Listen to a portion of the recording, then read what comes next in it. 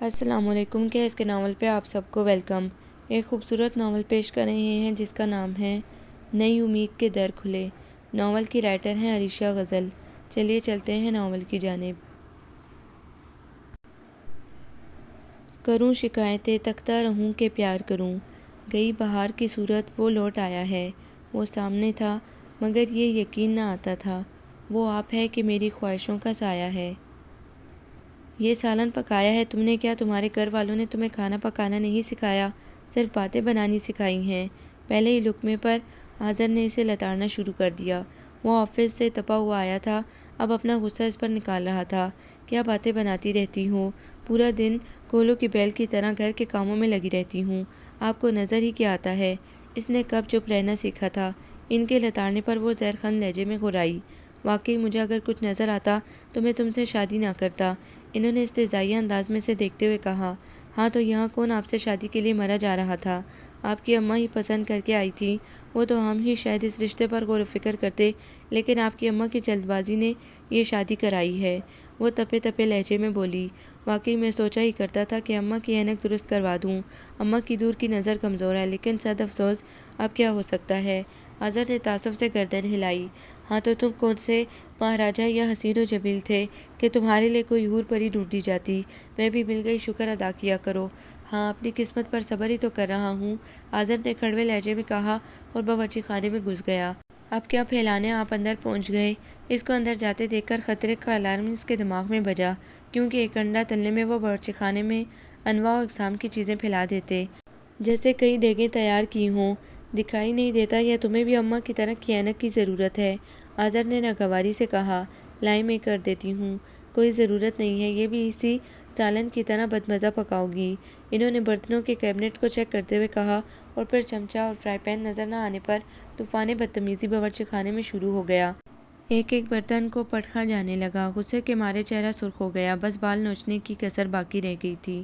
ان کی یہ حالت دیکھ کر اس نے ایک بار پھر رحم دلی کا مظاہرہ کیا۔ آخر آپ کو کیا چاہیے؟ فرائی پین اور چمچہ، یا وہ اپنے میکے والوں کو سونپ آئی ہو؟ انہوں نے گھورتے ہوئے آخر کار اپنا مدعا بیان کر ہی دیا۔ ان کے الفاظ پر وہ جل بھن گئی۔ آپ کو ہر وقت میرے میکے والے ہی نظر آتے ہیں، کبھی اپنے گھر والوں کا بھی نام لیا کریں۔ آپ کے ساتھ شادی کر کے ابا نے میری قسمت پھوڑ دی، وہ روحان سے لہجے میں بولی۔ عورتوں کے پاس آخر کار آنسو ہی ہوتے ہیں جن سے وہ مردوں کو زیر کرتی ہیں، اور آنسو ایسا فارمولہ ہے جو کبھی ناکام نہیں ہوتا۔ وہ بھی فوراً دب گیا۔ اچھا نمک اور مرچیں کہاں ہیں؟ نرمی سے پوچھا گیا۔ یہ رہیں، جب آپ کو کچھ نظر نہیں آتا تو کوئی کام کیوں کرتے ہیں؟ وہ کڑوے لہجے میں بولے۔ بے ڈھنگی عورت میرے پلے پڑی، ہائے میری اماں۔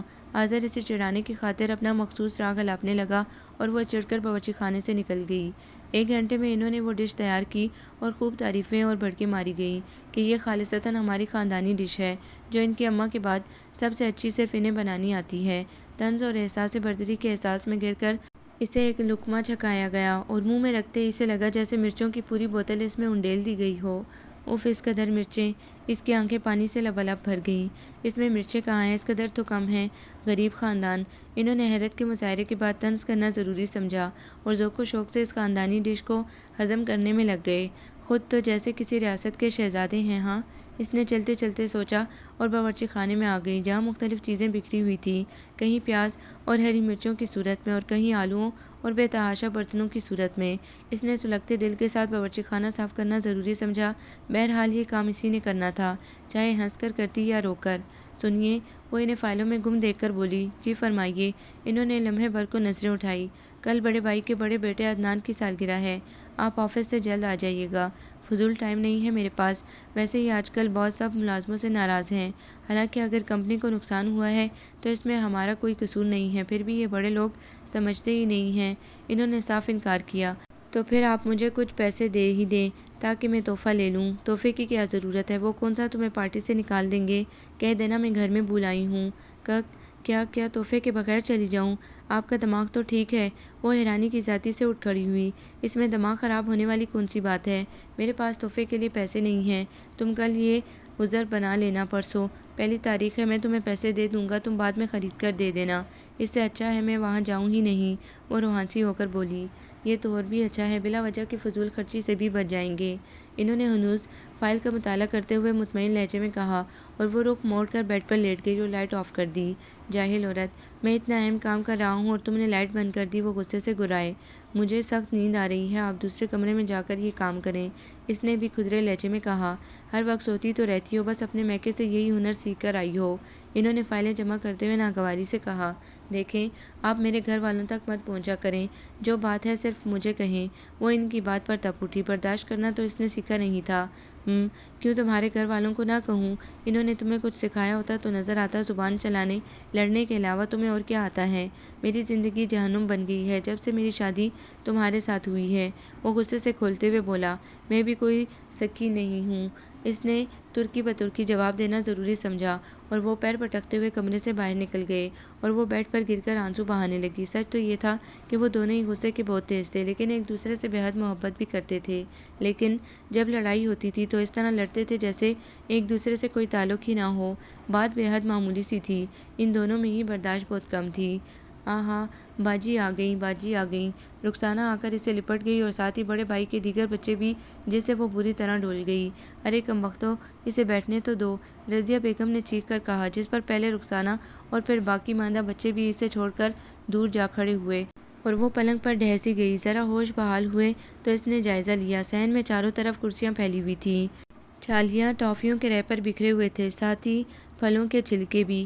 اماں، آج تو عدنان کی سالگرہ ہے نا؟ اس نے اپنے یقین کو پکا کرنا چاہا۔ ہاں، انہوں نے چھالیاں کترتے ہوئے کہا۔ تو کیا بھابھی اور فرزانہ نے گھر صاف نہیں کیا؟ ابھی تھوڑی دیر میں مہمان آنے شروع ہو جائیں گے۔ وہ گھر کی حالت ناگفتہ دیکھ کر تشویش سے بولی، ابھی تو 4 بجے ہیں، مہمان تو 6 بجے تک آئیں گے۔ بہو تو عدنان کا سوٹ لینے درزی کے پاس گئی ہے، فرزانہ کل منہ سوتی پڑی ہے۔ انہوں نے بیزاری سے کہا، یہ سونے کا کون سا وقت ہے؟ وہ پلنگ سے اٹھ کر اندر کی طرف بڑھ گئی اور دروازے پر ہی ٹھٹک گئی۔ فرزانہ ریحانہ سوئی پڑی تھیں۔ اس کمرے کی حالت بھی صحن کی ابتر حالت سے مختلف نہ تھی۔ چادریں آدھی سے زیادہ پلنگ سے نیچے لٹک رہی تھیں، تکیے فرش پر پڑے تھے، ساتھ ہی دیگر رسالے اور کتابیں بھی، ایک طرف چائے کے کپ پڑے تھے۔ مائی گاڈ! وہ آگے بڑھی اور ایک ایک ہاتھ ان مدہوش سوئی فرزانہ اور ریحانہ کے جڑا۔ وہی اللہ! وہ دونوں ہڑبڑا کر اٹھ بیٹھیں۔ اوہ باجی، آپ نے تو ہمیں ڈرا ہی دیا، وہ دونوں اسے دیکھ کر بولیں اور پھر کمبل اوڑھ کر سونے کے لیے کمر بستہ ہو گئیں۔ ٹائم دیکھو کیا ہوا ہے، صرف 2 گھنٹے باقی ہیں مہمانوں کے آنے میں، اور تمام گھر گندا پڑا ہے، شرافت سے اٹھ کر میرے ساتھ صفائی کرواؤ۔ اس نے ان پر سے کمبل کھینچتے ہوئے کہا اور وہ منہ بسوڑتی ہوئی اٹھ کھڑی ہوئیں، اور پھر اس کی مدد اور تمام لوگوں کے ساتھ مل کر کام کرنے سے صرف 1 گھنٹے میں ہی گھر شیشے کی طرح چمک رہا تھا۔ جب بھابھی لوٹیں تو گھر صاف ستھرا دیکھ کر بولیں، شبانہ آ گئی، آپ کو کیسے خبر؟ فرزانہ نے حیرت سے پوچھا۔ بھئی سیدھی سی بات ہے، ہم سب لوگوں میں ایک وہی جلد باز واقعہ ہوئی ہے، اسی نے آ کر جلدی جلدی گھر کی صفائی کروائی ہوگی۔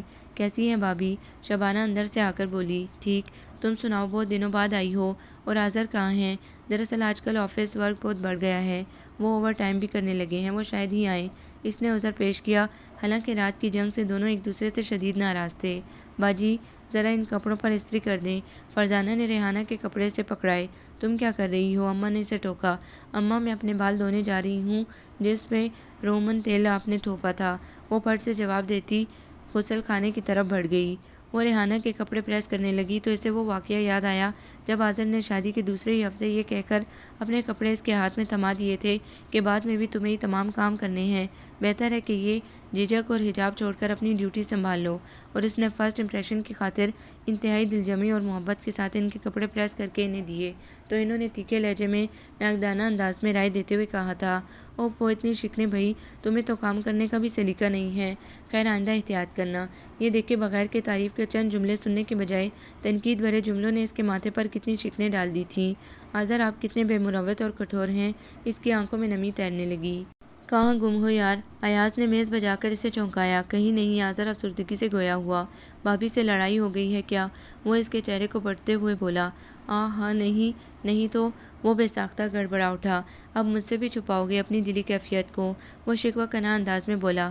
نہیں یار، ایسی کوئی بات نہیں ہے، دراصل ذمہ داریاں بڑھ گئی اور عورتوں کی خواہشات کا تو تمہیں اندازہ ہے، ہر وقت شاپنگ کرتی رہتی ہیں، میرے اخراجات کم، اتنی کم تنخواہ میں گزارا مشکل ہونے لگا ہے، سمجھاتا ہوں تو ناراض ہونے لگتی ہے، میری جیون ساتھی ہو کر بھی میری پریشانیوں کو شیئر نہیں کرتی، ہر وقت لڑنے پر کمر بستہ رہتی ہے۔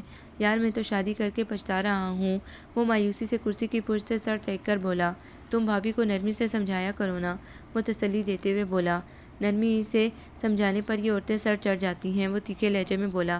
یہ تمہاری بھول ہے، نرم لہجہ زیادہ بھلا لگتا ہے بنسبت کھدرے اور سخت لہجے کے، اور پھر تالی دونوں ہاتھوں سے بجتی ہے، کچھ بھابھی کا قصور ہوگا تو کچھ تمہارا بھی، اور ابھی تمہاری شادی کو 2 سال ہی ہوئے ہیں، اور اتنی تلخی، باقی ماندہ زندگی کیسے گزارو گے؟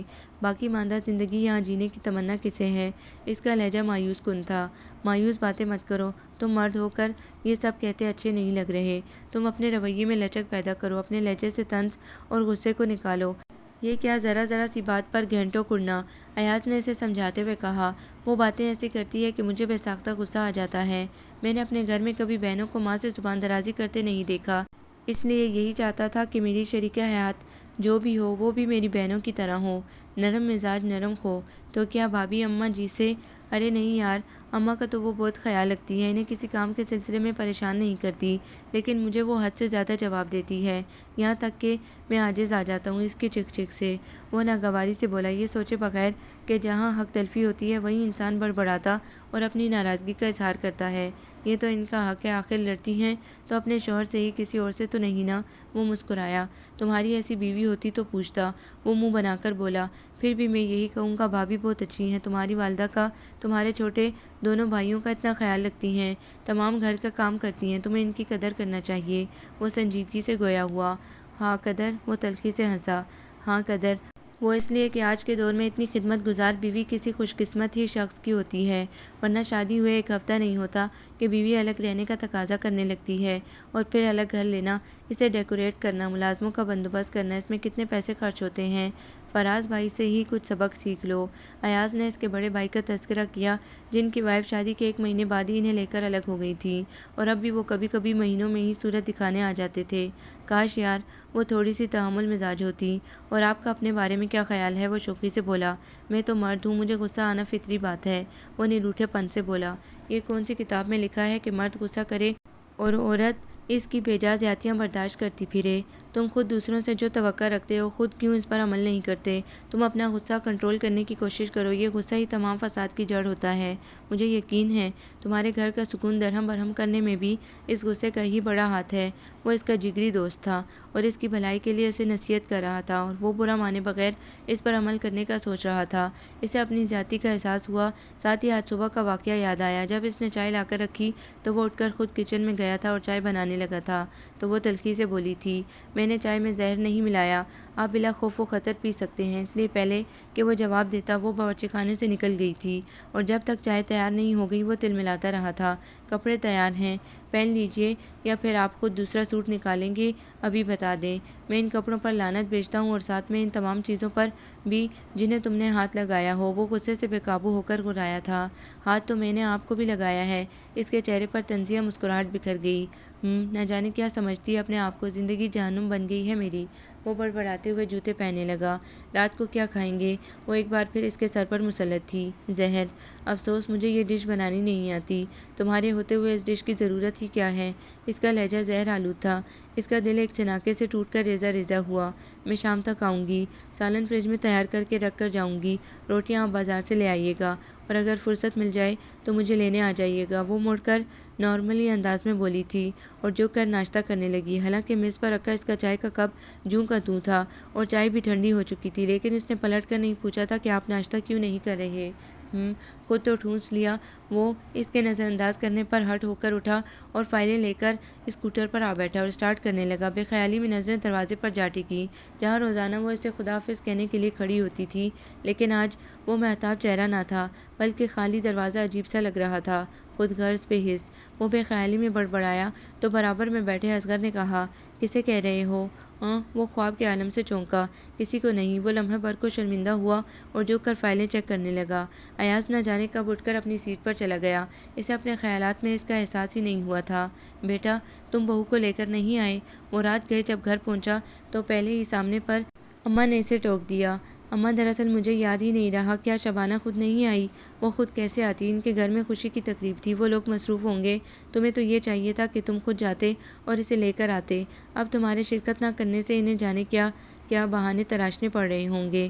وہ خفا ہوتے ہوئے بولی، میں ابھی جاتا ہوں، ذرا تیار ہو جاؤں۔ اس نے 10:30 بجاتی ریسٹ واچ کو دیکھتے ہوئے کہا اور اپنے کمرے کی طرف بڑھ گیا۔ دولہا بھائی بہت جلدی آ گئے، ریحانہ نے 11 بجاتی گھڑی کو دیکھ کر کہا۔ دراصل وہ ہچکچایا۔ معلوم ہے، باجی نے بتا دیا تھا کہ آپ آج کل آفس میں اوور ٹائم کر رہے ہیں۔ ریحانہ نے اس کا جملہ اپنے طور مکمل کرتے ہوئے کہا تو آذر نے اندر آتی شبانہ کو تشکر سے دیکھا، جو اسے دیکھ کر چادر اوڑھ رہی تھی۔ باجی نے بیٹھنے تو دے، فوراً چادر اوڑھ رہی ہیں۔ فرزانہ نے اس کے ہاتھ سے چادر چھینتے ہوئے کہا، دیر ہو رہی ہے، پھر کبھی آئیں گے۔ وہ اس کے ہاتھ سے لیتے ہوئے بیزاری سے بولی۔ آذر اندر جا کر اماں اور ابا سمیت بڑے بھائی اور بھابھی سے مل کر واپس آیا تو وہ اپنا بیگ لے کر تیار کھڑی تھی۔ اس کے پیچھے اسکوٹر پر ذرا فاصلے پر بیٹھتے ہوئے اس نے ہمیشہ کی طرح اس کے کندھے پر ہاتھ نہیں رکھا اور نہ ہی قریب ہو کر بیٹھی۔ اس کے رویے سے اس کی ناراضگی ظاہر ہو رہی تھی۔ گھر آ کر بھی اس نے آذر کے دیر سے آنے کے متعلق کچھ معلوم نہیں کیا تو وہ اسے ڈھونڈتا باورچی خانے میں چلا آیا۔ وہ عام دن کے لباس میں برتن دھونے میں مصروف تھی۔ بلو ڈریس میں وہ کتنی اچھی لگ رہی تھی، اور اب وہی اپنے آپ سے بیگانہ وہ سوچتا ہوا مڑ کر اپنے کمرے میں چلا آیا اور اپنے اور اس کے رویوں پر غور کرنے لگا۔ دوسری بار جب وہ اس کے انتظار سے تنگ آ کر گیا تو وہ میز کے گرد کرسی پر گمسم بیٹھی تھی۔ اس کے سامنے چائے کا کپ رکھا تھا۔ چائے ملے گی؟ وہ اس کے سامنے کرسی پر دراز ہوتے ہوئے گویا ہوا اور وہ خاموشی سے مڑ گئی۔ چائے رکھ کر وہ جانے لگی تو اس کی کلائی آذر نے تھام لی۔ ناراض ہو وہ اس کے سامنے آتے ہوئے بولا، تو کیا مجھے خوش ہونا چاہیے؟ آج آپ کے نہ آنے کی وجہ سے مجھے سب کی باتیں سننی پڑی اور آپ کے سلسلے میں نہ جانے کتنے عذر تراشنے پڑے۔ چلو غصہ تھوک دو، مجھے اپنی غلطی کا احساس ہے، آئی ایم سوری۔ اس کے نرم لہجے پر وہ بھی پگھل گئی اور مسکرا دی۔ تم نے تحفہ کیا دیا؟ میرے پاس کچھ پیسے رکھے تھے، اسی سے لے لیا تھا۔ آذر آج بڑی آپا نے اتنا خوبصورت سونے کا سیٹ پہن رکھا تھا، کمال بھائی نے 1 مہینے پہلے ہی بنوایا ہے۔ وہ سونے کی سخت شیدائی تھی اور آذر اس سے بخوبی واقف تھا۔ وہی وہ بنوا سکتے ہیں، اپنا کاروبار کر رہے ہیں۔ مجھ جیسے لگی بندی تنخواہ پانے والے لوگ تو اس کے مطابق سوچ بھی نہیں سکتے۔ آذر نے صاف صاف بات کر کے اس کی امیدوں پر پانی پھیرا۔ میں نے تم سے خواہش تو ظاہر نہیں کی۔ اس کے لہجے میں حسرتیں بول رہی تھی۔ آذر نے ایک نظر اس کی طرف دیکھا جس کے چہرے پر مایوسی پھیلی ہوئی تھی۔ وعدہ نہیں کرتا، لیکن کوشش ضرور کروں گا کہ دفتر سے اس بار ایڈوانس مل جائے تو اس بار عید پر تمہیں سونے کا لاکٹ گفٹ دوں گا۔ سچ؟ خوشی سے جگمگاتے چہرے سمیت وہ اسے ہمیشہ سے زیادہ مختلف لگی۔ اور پھر لڑائی کے بعد صلح کا اپنا ایک مزہ ہے۔ سچ؟ اس نے ہنستے ہوئے لائٹ آف کر دی۔ تم اس نگہت سے ہنس ہنس کر کیوں باتیں کر رہے تھے؟ بھئی وہ بہت دلچسپ لڑکی ہے، اس کی کمپنی میں کوئی شخص سنجیدہ نہیں رہ سکتا۔ وہ اس کا مفہوم سمجھے بغیر بے نیازی سے بولا، اسے آپ ہی ملے تھے کمپنی دینے کے لیے، محفل میں کیا اسے اور لوگ نظر نہیں آئے؟ وہ سلگتے ہوئے بولی، اگر وہ مجھ سے بات بھی کر رہی تھی تو کیا ہوا، آخر وہ میری خالہ زاد ہے اور سابقہ منگیتر بھی۔ وہ جلے بنے انداز میں بولی، اف، ایک تو تم عورتوں میں شک کی بہت بیماری ہوتی ہے، ذرا سی بات کا بتنگڑ بنا دیتی ہو۔ وہ ناگواری سے بولا، بتنگڑ میں بنا رہی ہوں یا پھر وہ بنا رہی تھی؟ ایک ایک چیز آپ کو یوں پیش کر رہی تھی جیسے اس محفل میں آپ ہی مہمان خصوصی ہوں۔ اس نے چوڑیاں دراز میں ڈالتے ہوئے تیکھے لہجے میں کہا، اگر وہ دے بھی رہی تھی تو کیا فرق پڑتا ہے، تمہاری عادت ہے ہر چیز کو منفی انداز میں دیکھنے کی۔ وہ اس کی انکوائری کیسے انداز پر چڑ گیا۔ ہاں، میں ہی ہر چیز کو منفی انداز میں دیکھتی ہوں، اور کیوں نہ دیکھوں، گھر میں تو ہر وقت منہ بنا رہتا ہے جیسے نہ جانے ہم لوگ آپ پر کتنا ظلم کرتے ہیں۔ اور اس کے سامنے کیسے باتیں کھلی ہوئی تھی جیسے وہ آپ کو لطیفے سنا رہی ہو۔ وہ ترشی سے بولی، وہی آخر وہ میری بڑی آپا کی نند بھی تو ہے، رشتہ داری میں یہ سب چلتا ہے۔ اب میں اس کے سامنے منہ بنا کر تو کھڑا نہیں ہو سکتا۔ اس قصے کو ختم کرنے کی خاطر اس نے عذر تراشا، آپ کی اس شہیتی نے پرسوں یہاں آنے کے متعلق کہا ہے۔ وہ تلخی سے بولی، اچھا۔ وہ نئے سرے سے پریشان ہوا، اس بات پر نہیں کہ وہ یہاں آ رہی تھی، بلکہ اس بات پر کہ کہیں شبانہ اسے کچھ کہہ نہ دے۔ کیا خیالوں میں ابھی سے اسے یہاں چلتا پھرتا دیکھ رہے ہیں؟ وہ ان کے گمسم انداز پر طنزیہ بولی، لا حول ولا، وہی فیصل آباد سے وہ 1 سال بعد آئی ہے، اب اگر یہاں بھی آ رہی ہے تو تمہیں خوش ہونا چاہیے۔ میرے بجائے آپ ہو تو رہے ہیں، پلیز شبانہ، اگر وہ آپا کے ساتھ پرسوں یہاں آ رہی ہے تو پلیز تم اپنے رویے سے کوئی ایسی بات ظاہر نہ ہونے دینا جس سے مجھے شرمندگی ہو۔ وہ عاجزی سے بولا، مجھے کیا ضرورت پڑی ہے ماحول کو خراب کرنے کی؟ آخر وہ آپ کی چہیتی مہمان ہے، کچھ تو خیال رکھنا ہی پڑے گا۔ اگر وہ کچھ دن یہاں رہنا چاہے تو تم اعتراض مت کرنا، مظہر کا کمرہ خالی کروا دینا، آخر وہ اماں کی بھانجی ہے۔ اظہر نے اسے رشتوں کی پاسداری کا احساس دلایا۔ اور مظہر کہاں رہے گا؟ وہ چند دن ظفر کے کمرے میں گزارا کر لے گا، میں اس کو سمجھا دوں گا۔ مجھے تو آپ نے ہدایتیں دے دی، لیکن میری تاکید بھی سن لیں۔ وہ اپنی چوٹی کے بل کھولتے ہوئے بولی، کیا؟ اظہر کو اس کا تیکھا اور شک میں ڈوبا لہجہ ایک آنکھ نہ بایا۔ آپ کو بھی اپنی اس کزن سے زیادہ فری ہونے کی ضرورت نہیں ہے، اور اگر وہ یہاں ٹھہرنا نہ چاہے تو آپ رکنے پر زیادہ اصرار نہیں کریں گے۔ اور کچھ؟ وہ خشک لہجے میں بولا اور بیڈ پر دراز ہو گیا۔ فی الحال انہیں ہی یاد رکھیں۔ وہ اٹھلاتی ہوئی باتھ روم میں گھس گئی۔ شکی عورت، آنکھیں مونتے ہوئے اس نے ایک لحظے کو سوچا، شبانہ تم نے گھر تو بہت اچھا سیٹ کر رکھا ہے، سارا کام خود ہی کرتی ہو یا ماسی آتی ہے کرنے؟ نگہت نے سالن بھونتی شبانہ سے پوچھا۔ افراد ہی کتنے ہیں جو کام ہوگا اماں؟ اظہر، ظفر، مظہر اور میں، اتنے سے افراد کے کاموں کے لیے ماسی رکھی جائے بلا وجہ کی فضول خرچی؟ اس نے پانی ڈال کر سالن کو دم پر رکھ دیا اور اس کے ساتھ باہر آ گئی۔ ہمارے گھر تو 3 ماسیاں آتی ہیں، کپڑے دھونے کی الگ، کھانا پکانے کی اور گھر کی صفائی کے لیے۔ وہ احساس تفاخر سے بولی، اماں تو بتا رہی تھی آپ کی 3 بہنیں اور ہیں، کیا وہ سب کام نہیں کرتی؟ شبانہ کو حقیقت میں حیرت ہوئی۔ کپڑے دھونے سے ہمارے نازک اور خوبصورت ناخن ٹوٹ جاتے ہیں، برتن دھونے سے ہاتھوں کی نرمی اور کلر پر اثر پڑتا ہے، اور کھانا پکانے سے چہرے کی خوبصورت جلد متاثر ہو سکتی ہے۔ اس وجہ سے ہم بہنیں ان چیزوں کے نزدیک نہیں جاتی۔ آپ کی امی بھی کرنے کو نہیں کہتی۔ امی ہمارے اس پرابلم سے واقف ہیں، اس وجہ سے انہوں نے خود ماسیاں رکھی ہیں، اور پھر سب لوگ لڑکی کا حسن دیکھتے ہیں۔ سلیقہ اور سیرت تو ثانوی حیثیت اختیار کر گئی ہیں۔ آج لڑکی جتنی خوبصورت اور حسین ہوگی، اس کا اتنا ہی اچھا اور شاندار رشتہ آئے گا۔ میں آپ کی بات سے اتفاق نہیں کرتی۔ خوبصورتی اور حسن کی اہمیت اپنی جگہ، لیکن سلیقہ اور سیرت وہ اہم خوبیاں ہیں جو کسی لڑکی میں ہی ہوتی ہیں، اور پھر محض کسی کو خوبصورتی کی بنا پر وقتی طور پر تو پسند کیا جا سکتا ہے، لیکن سلیقہ اور سیرت کی خوبیوں سے ہمیشہ کے لیے کسی کا بھی دل جیتا جا سکتا ہے۔ حسن مکمل ہی اس وقت ہوتا ہے جب عورت ظاہری خوبصورتی کے علاوہ سلیقہ شعر، نیک سیرت بھی ہو۔ شبانہ نے سلاد تیار کرتے ہوئے کہا۔ اسی وقت حلیمہ نند آ گئی۔ کیسی ہو نگہت؟ یہاں کب سے آئی ہوئی ہو؟ اتنا نہ ہوا کہ برابر میں میرے گھر بھی آ جاتی؟ حلیمہ نے شکوہ کرتے ہوئے کہا، میں صبح آئی تھی نیاز بھائی کے ساتھ، اور شام میں شبانہ کے ہمراہ تمہارے گھر بھی آتی اور رہ گئی۔ کیسی ہوں؟ وہ تو تم دیکھ ہی رہی ہو، پہلے سے زیادہ خوبصورت ہو گئی ہو۔ وہ ستائشی نظروں سے دیکھ کر بولی، تھینک یو۔ وہ غرور سے مسکرائی۔ ایک ہم ہے ذمہ داریوں نے چہرے کی ساری رونق اور خوبصورتی چھین لی ہے۔ وہ نہ جانے اپنے ساتھ کس کس کو شامل کر رہی تھی۔ شبانہ کو جہاں حلیمہ کی یہ بات پسند نہیں آئی، وہاں نگہت کی معنی خیز مسکراہٹ بھی زہر لگی۔ وہ سلاد رکھنے کے بہانے باورچی خانے میں چلی آئی۔ چائے تیار کر کے جب وہ کمرے میں آئی تو حلیمہ اپنی عادت کے مطابق اسی ایک موضوع کو لیے بیٹھی تھی۔ وہ انہیں چائے دے کر اماں کے کمرے کی طرف بڑھ گئی۔ اماں وظیفہ ختم کر چکی تھی۔ انہوں نے اس کا چہرہ دونوں ہاتھوں میں تھام کر پھونکیں ماری اور دعائیں دینے لگی۔ اماں، یہیں کھانا لا دوں یا آپ ہمارے ساتھ کھائیں گی؟ نگہت کہاں ہیں؟ وہ حلیمہ سے باتیں کر رہی ہیں۔ وہ مختصراً بولی، ٹھیک ہے، سب کے ساتھ ہی کھانا کھائیں گے، ابھی مظہر اور ظفر کالج سے آ جائے تو لگا دینا۔ وہ اپنے کمرے کی طرف بڑھ گئی۔ کہیں گھومنے چلتے ہیں؟ نگہت نے آئیڈیا دیا۔ میرا موڈ نہیں ہے، شبانہ نے صاف انکار کیا۔ ایسا کرتے ہیں، اظہر اور میں چلے جاتے ہیں۔ وہ انتہائی اطمینان سے بولی۔ میں وہ گڑبڑایا۔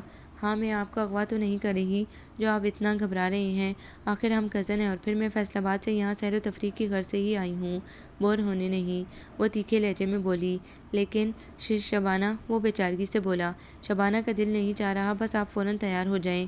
نگہت نے اس کا ہاتھ پکڑ کر انہیں دروازے کی طرف دھکیلا اور خود بھی تیار ہونے چل دی، جبکہ اس دوران شبانہ غصے سے بری طرح کھول رہی تھی۔ ظفر اور مظہر اپنے دوستوں کے پاس گئے ہوئے تھے۔ اماں اپنے کمرے میں نماز پڑھ رہی تھیں۔ کھانے کی میز پر فقط وہ تینوں ہی تھے، اور اب وہ یہاں اکیلی رہ گئی تھی کڑنے جلنے کے لیے۔ ہم 2 گھنٹے تک آ جائیں گے، اچھا ہوتا اگر تم بھی ہمارے ساتھ چلتی، لیکن تمہیں تو بہت سا کام کرنا ہے، ماسی کے ہونے کا یہ فائدہ ہوتا ہے۔ وہ سلگتے دل پر مرچیں چھڑک رہی تھی اور اس کی قوت برداشت کو آزما رہی تھی۔ چلیں اظہر، ویسے ہی بہت دیر ہو گئی ہے۔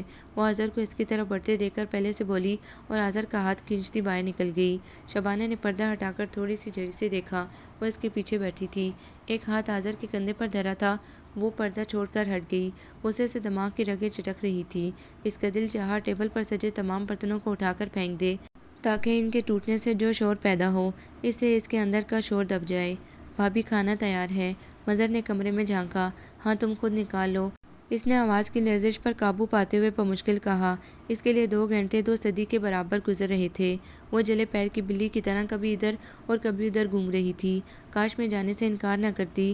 جانے وہ چڑیل ان سے کیسی کیسی باتیں کر رہی ہوگی، نہ جانے وہ اس وقت کہاں ہوں گے۔ شاید گزرے دن دہرا رہے ہوں، اپنی قسمت کو رو رہے ہوں، یا پھر مجھے کوس رہے ہوں۔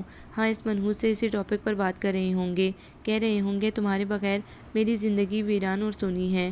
وہ چڑیل، ہاں خوبصورت چڑیل ہے بھی تو بہت خوبصورت۔ اس نے دل سے اس کی خوبصورتی کا اعتراف کیا۔ لیکن مجھ میں کیا کمی ہے؟ وہ حسرت سے سوچتی آئینے کے مد مقابل جا کھڑی ہوئی۔ یہ بجھی بجھی سی آنکھیں، رونق سے عاری چہرہ، یہ عام سے نقوش، واقعی مجھ میں متاثر کرنے والی خوبی ہی کیا ہے؟ وہ منفی انداز میں مایوسی سے سوچ اور دیکھ رہی تھی تو اسے ہر چیز منفی انداز میں نظر بھی آ رہی تھی، حالانکہ وہ اتنی بری ہرگز نہیں تھی جتنا وہ سوچ رہی تھی۔ 10:30 بجے تو اسکوٹر کی آواز پر وہ تھک کر بیڈ پر ڈھہ سی گئی اور لائٹ آف کر دی۔ تھوڑی دیر میں آذر اندر آ گئے۔ کپڑے لے کر وہ باتھ روم میں چلے گئے۔ واپس آئے تو کچھ کہے سنے بغیر بیڈ پر آہستگی سے لیٹے اور تھوڑی دیر میں خراٹوں نے ان کے سونے کی تصدیق کر دی اور وہ جلنے کڑنے کے لیے جاگتی رہ گئی۔ صبح نماز سے فارغ ہو کر اس نے ان کے کپڑے تیار کیے اور باورچی خانے میں ناشتہ تیار کر رہی تھی جب وہ اٹھ کر اندر آ گئے۔ کل رات تم اتنی جلدی سو گئی تھی، میرا انتظار بھی نہیں کیا، آذر نے شکوہ کیا، تاکہ آپ کے گھومنے پھرنے کے قصے سنتی کہ آپ نے اپنی سابقہ منگیتر کے ساتھ کتنا انجوائے کیا۔ کل رات کی تلخی اس کے الفاظ میں شامل ہو گئی۔ مجھے معلوم ہے تمہیں میرا اس کے ساتھ جانا برا لگا، لیکن ہمارے مہمان ہیں اور پھر رشتہ دار بھی، میں اسے کس طرح منع کر سکتا تھا؟ آذر بے بسی سے بولا۔ آپ کو تو موقع چاہیے تھا پرانے قصے دہرانے کا، وہ تلخی سے بولی۔ کل رات سے وہ شک کی آگ میں جھلس رہی تھی۔ ایک بات غور سے سن لو شبانہ، فی الحال تو ایسی کوئی بات نہیں ہے، اور اگر ایسی کوئی بات ہوگی کبھی تو میں موقع نہیں تلاش کروں گا۔ مرد وہی ہوتا ہے جو دو ٹوک بات کرتا ہے۔ بہتر ہے اپنے شک کو یہیں ختم کر لو، اور جو بات نہیں ہے اسے شک کی بنا پر بنیاد مت بناؤ۔ اس کا موڈ اس کے شک پر بری طرح آف ہو چکا تھا، جس کا مظاہرہ وہ ناشتے کے وقت بھرپور طریقے سے کر رہا تھا۔ اتنی کڑوی چائے، انہوں نے کپ میز پر پٹکا اور اٹھ کھڑے ہوئے۔ ناشتہ تو کر لو بیٹا، اماں اسے بھوکا جاتے دیکھ کر بولی۔ بس اماں کر لیا ناشتہ، وہ بمشکل غصہ ضبط کرتے ہوئے بولا۔ آفس میں بھی سارا وقت وہ جھنجھلایا اور تلخ رہا۔ اگر شبانہ بیگم تم یہ سمجھتی ہو کہ میں نگہت میں دلچسپی لے رہا ہوں، چوری چھپے اس سے تعلقات کی پینگیں بڑھا رہا ہوں، تو یوں ہی سہی، تم نے اپنے شک سے میرے اندر سوئے ہوئے انا پرست مرد کو جگا دیا ہے۔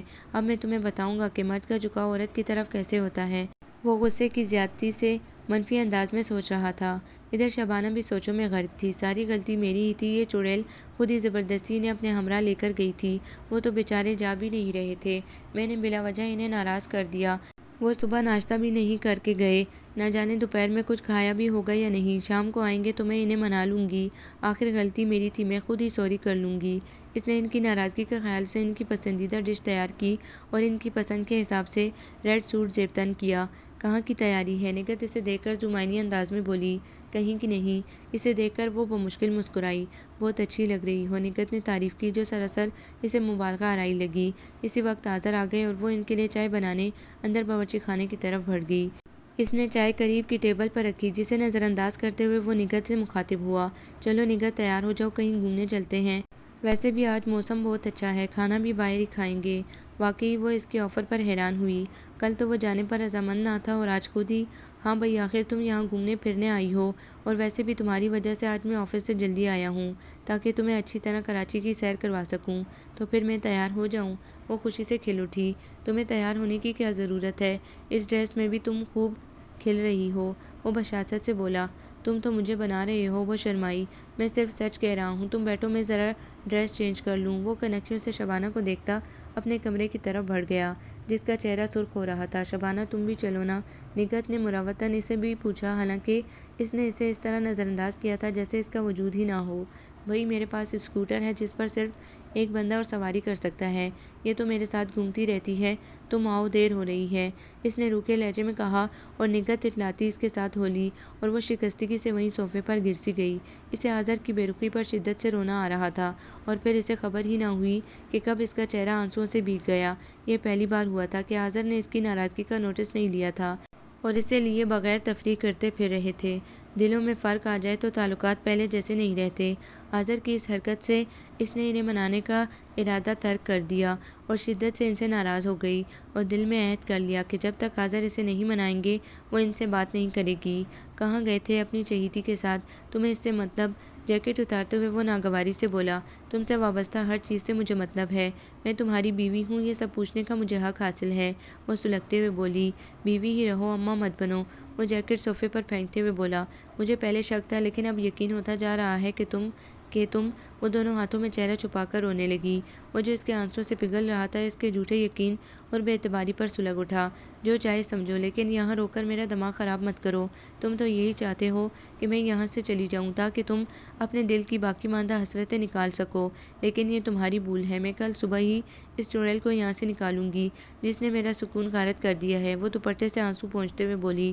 خبردار، جو تم نے کوئی ایسی ویسی حرکت کی تو مجھ سے برا کوئی نہیں ہوگا۔ سکون اس نے نہیں بلکہ تم نے اپنی بدزبانی سے خود خراب کر رکھا ہے۔ تم جیسی عورتیں اپنے بے بنیاد شک کی بنا پر اپنی زندگیاں خود تباہ کرتی ہیں۔ وہ اس سے گھورتے ہوئے بولا۔ بے بنیاد شک؟ مسٹر آذر، کسی اور کی آنکھوں میں دھول جھونکنا تمہیں تو وہ عام ڈریس میں بھی ہاں لیڈی ڈیانا دکھائی دیتی ہے۔ کوئی بھی مثال ذہن میں نہ پا کر اس نے جس طرح لیڈی ڈیانا کا نام لیا تھا، آذر کو انتہائی غصے اور طیش کے عالم میں بھی ہنسی آنے لگی تھی، لیکن اس نے سختی سے ہونٹ بھینچ لیے تھے کہیں اس کی مسکراہٹ دیکھ کر وہ شیر نہ ہو جائے۔ اگر وہ لیڈی ڈیانا بھی نظر آتی ہے تو اس میں کس بات کا شک ہے؟ کیا وہ خوبصورت نہیں، پرکشش نہیں ہے؟ وہ محض اسے جلاتے ہوئے بولا۔ وہ تمہیں کیوں خوبصورت دکھائی نہیں دے گی؟ ایک میں ہی بدصورت چڑیل دکھائی دیتی ہوں، بدزبان، بدسلیقہ، جس میں تمام برائیاں بقول تمہارے موجود ہیں۔ بہت جلد تمہیں اپنی خوبیوں کا اندازہ ہو گیا۔ وہ طنزیہ انداز میں بولا اور بیڈ پر گر سا گیا۔ شبانہ نے اپنا تکیہ اور چادر اٹھائی اور سامنے صوفے پر دراز ہو گئی۔ 2 سالہ ازدواجی زندگی میں یہ شدید نوعیت کی لڑائی تھی اور دونوں کی آنکھوں سے نیند کوسوں دور تھی۔ دونوں ہی انا کے جام میں جھکنے کو تیار نہیں تھے۔ وہ کرسی پر چڑھی دیوار پر پینٹنگ آویزاں کر رہی تھی۔ بیٹا تم کیوں لگا رہی ہو؟ ابھی آذر یا ظفر آ جائے گا تو ان سے لگوا لینا، انہوں نے کرسی پر چڑھی شبانہ کو تشویش سے دیکھتے ہوئے کہا، اور آذر کے ذکر پر وہ جلدی کیل ٹھونکنے لگی۔ بس اماں، تھوڑا سا کام ہے، میں خود ہی کر لوں گی۔ اسی وقت تھکا آذر اندر داخل ہوا اور کرسی پر نڈال انداز میں دراز ہو گیا۔ لیجیے جناب چائے۔ نگہت نے اس کے ہاتھ میں کپ پیش تھمائی۔ تمہیں کیسے معلوم کہ میں آ گیا ہوں؟ آذر خاصا حیران ہوا۔ جناب، دل کو دل سے راہ ہوتی ہے۔ وہ دلکش انداز میں مسکراتے ہوئے جھکی اور آذر بوکھلا اٹھا۔ ان کی باتیں سننے کے چکر میں وہ ہتھوڑی اپنے ہاتھ پر مار بیٹھی اور ایک چیخ کے ساتھ زمین بوس ہو گئی۔ اسے گرتا دیکھ کر آذر فوراً لپک کر اس کی طرف بڑھا اور ناراضگی بھول بھال اس کا جائزہ لینے لگا۔ اف، تمہارا ہاتھ تو زخمی ہو گیا ہے، وہ تشویش سے اس کا ہاتھ دیکھ کر بولا جہاں سے خون رس رہا تھا۔ شبانہ نے ایک نظر اس کی طرف دیکھا اور آہستگی سے ہاتھ چھڑا کر اٹھ کھڑی ہوئی اور اپنے کمرے کی طرف بڑھ گئی۔ اس کی آنکھوں میں جو دکھ، افسوس اور ملال کی کیفیت تھی، اس سے آذر ایک لمحے کو شرمندہ ہوا۔ اس سے پہلے کہ وہ کمرے کی طرف بڑھتا، انا نے اس کے پیروں میں نامعلوم بھیڑیاں ڈال دی۔ اگر وہ صلح کرنا چاہتی تو میری بات کا جواب دیتی، لیکن وہ تو چاہتی ہے کہ میں اس کے آگے جھکوں۔ یہ ناممکن ہے۔ اس کی سوچ تلخ ہوئی۔ آذر، آپ یہاں کھڑے ہیں؟ شبانہ کا ہاتھ خاصا زخمی ہوا ہے۔ نگہت جو اس کے پیچھے کمرے تک گئی تھی واپس آ کر بولی، وہ خود ڈریسنگ کر لے گی، اسے اکثر و بیشتر ایسی معمولی چوٹیں لگتی رہتی ہیں۔ آذر نے حتی المکان لہجے کو نارمل ظاہر کرنا چاہا اور نگہت معنی خیزی سے مسکرا دی۔ وہ اپنے طور یہی سمجھ رہی تھی کہ آذر اس کے بے پناہ حسن سے بری طرح متاثر ہو رہا ہے، اس وجہ سے اپنی بیوی سے رفتہ رفتہ دور ہو رہا ہے۔ اس کا مظاہرہ وہ دیکھ چکی تھی۔ ان دونوں کے تعلقات میں کشیدگی کا اسے احساس ہو چلا تھا۔ دیکھا شبانہ بیگم، میں نہ کہتی تھی کہ خوبصورتی ہی بندے کو متاثر کرتی ہے۔ کہاں گیا تمہارا سلیقہ اور سیرت، جس کی خوبیوں سے تم آذر کو جیت چکی تھی؟ لیکن افسوس، تمہارا یقین تو غلط ثابت ہو گیا۔ وہ اپنے طور غلط سوچ رہی تھی، حالانکہ اگر اسے آذر کی سوچ معلوم ہو جاتی تو وہ اپنا سر پیٹ لیتی جو صوفے پر گمسم بیٹھا تھا اور سوچ رہا تھا۔ جب سے یہ منحوس آئی ہے، گھر کا سکون مزید درہم برہم ہو گیا ہے۔ نہ جانے اس نے کس طرح بینڈیج کی ہوگی۔ کاش شبانہ تم اتنی شکی نہ ہوتی۔ تمہارا شک اور بدزبانی نے مجھے بے سکون کر دیا ہے۔ کاش تمہیں اندازہ ہوتا کہ میں تمہیں کتنا چاہتا ہوں۔ تم سمجھتی ہو کہ میں نگہت کی سفید شلغم جیسی رنگت سے متاثر ہو گیا ہوں، اسے پسند کرتا ہوں، حالانکہ تمہیں خود اندازہ نہیں ہے کہ تم کتنی خوبصورت ہو۔ تمہاری سانولی سلونی رنگت میں جو کشش ہے وہ سفید رنگت میں کہاں؟ اور تمہاری کالی بڑی بڑی آنکھیں جن کے سحر میں اس طرح گرفتار ہوا ہوں کہ تمہارے علاوہ کوئی نظروں میں جچتا ہی نہیں نہیں ہیں اور تمہارے گٹاؤں جیسے بال، ہاں ان کا مقابلہ کون کر سکتا ہے؟ یہ پرکٹی حسینہ بھی نہیں۔ اس کی نظر بے ساختہ نگہت کے بالوں پر پڑی تو اس نے حسرت سے سوچا، جبکہ آذر کو ایک ٹک اپنی جانب دیکھتے پا کر اس نے شرمانے کی ایکٹنگ کی۔ اس کی اوور ایکٹنگ دیکھ کر آذر نے بیزارگی سے لیکن بظاہر جبراً مسکراتے ہوئے کہا، یہ چائے ٹھنڈی ہو گئی ہے، اگر تمہیں زحمت نہ ہو تو پلیز۔ کیوں نہیں؟ اس نے کپ اٹھا کر باورچی خانے کا رخ کیا اور وہ اپنے کمرے کی طرف۔ اس کے ایک ہاتھ پر پٹی بندھی تھی۔ آذر کو احساس ہوا اپنے ناروا سلوک کا۔ اس کے قدم بے ساختہ اس کی طرف اٹھنے لگے۔ اسے سامنے پا کر وہ بے اختیار ہو جاتا تھا۔ شبانہ نے تمام چیزیں دراز میں ڈالیں۔ اس سے پہلے کہ آذر کچھ کہتا وہ اس کے برابر سے نکلتی چلی گئی اور وہ اس کی بے رخی پر کھول کر رہ گیا۔ اس کا ہاتھ زخمی تھا لیکن وہ اپنے روز کے کام میں مصروف تھی۔ اماں اسے کئی بار منع کر چکی تھی لیکن وہ کہہ رہی تھی، اماں معمولی چوٹ ہے اور پھر اگر میں کام نہیں کروں گی تو بھلا کون کرے گا؟ نگہت یہاں مہمان ہے اور ویسے بھی ایسے کام کرنے سے ان کی خوبصورتی متاثر ہوتی ہے۔ وہ نارملی بات میں اس پر طنز کر گئی تھی جس سے کرسی پر دراز نگہت پہلو بدل کر رہ گئی تھی۔ بھابھی میں برتن دھو دوں گا ورنہ آپ کا زخم خراب ہوگا، مظہر نے کہا۔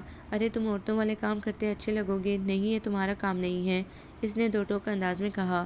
جب حلیمہ باجی کی شادی ہوئی تھی تب میں اکثر و بیشتر یہی کام کیا کرتا تھا اور پھر گھر کے کام کرنے میں کس بات کی شرم یا جھجک؟ آپ کو معلوم ہے ایک دفعہ اماں بیمار ہو گئی تھیں تو آذر بھائی نے خود سالن تیار کیا تھا، میں نے برتن دھوئے تھے اور باہر کی صفائی ظفر نے کی تھی۔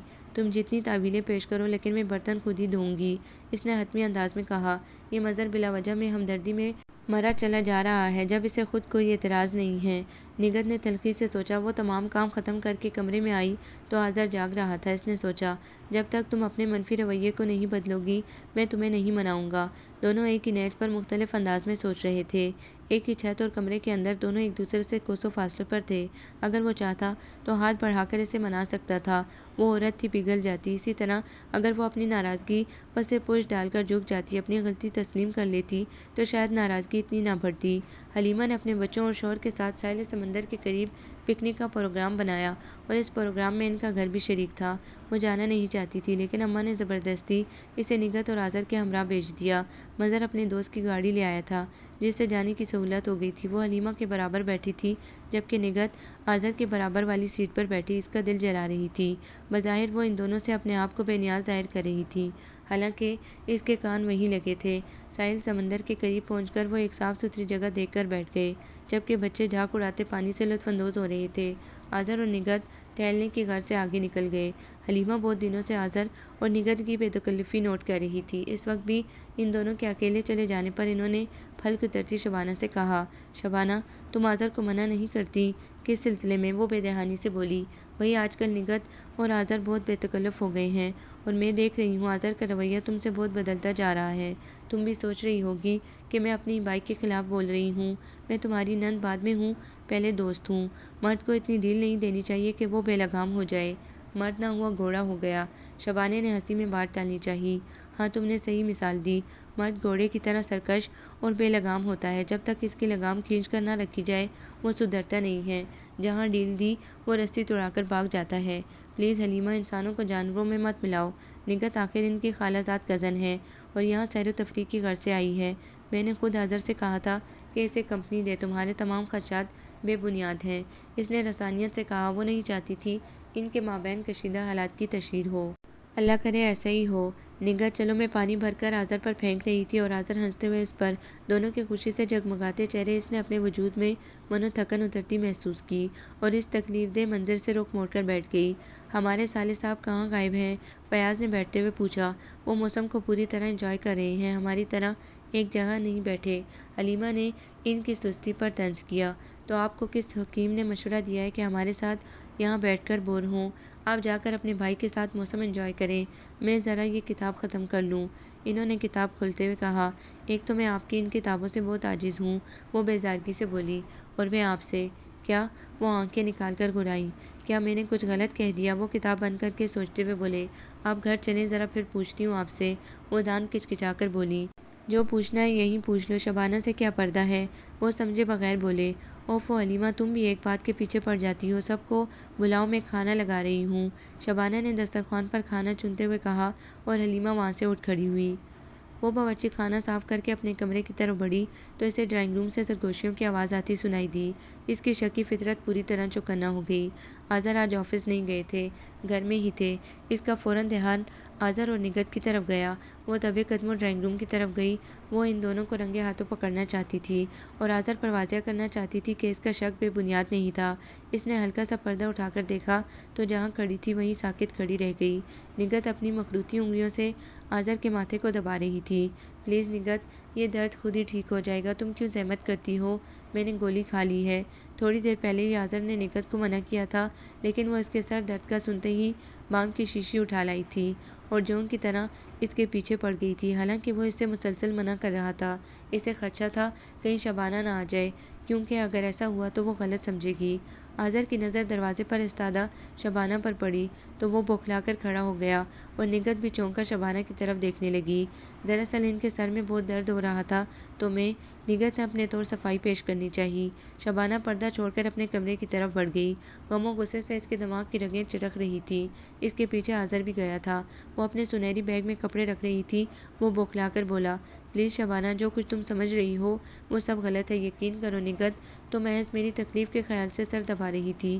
وہ اس کا ہاتھ پکڑ کر اسے مناتے ہوئے بولا، مجھے ہاتھ مت لگاؤ، میں نے تو محض تم پر شک کیا تھا، لیکن تم نے اپنے عمل سے اسے سچ کر دکھایا۔ اب میرے سامنے اپنی صفائیاں پیش مت کرو۔